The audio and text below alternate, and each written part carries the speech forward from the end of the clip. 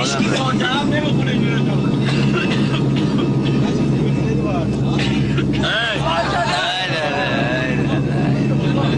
از نکیش میره تو از کاربرد میاد آقا نگیردیم بابا سقوط میکنه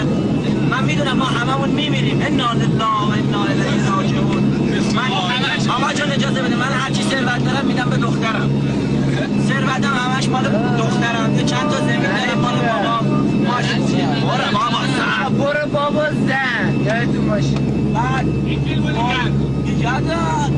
خانوم من هیچ یه ویزای شینگل واسش گرفتم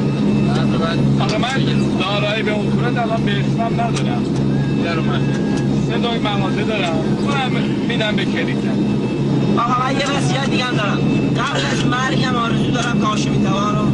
بردارم نه مدرک میشم بکشم من فقط متاسفم برای حاج آقای نجفی و آقای عبداللهی که اولین سفر خارجی رو من آقا مسئول این آقای بنده به کم تحصیل برو انا الا انا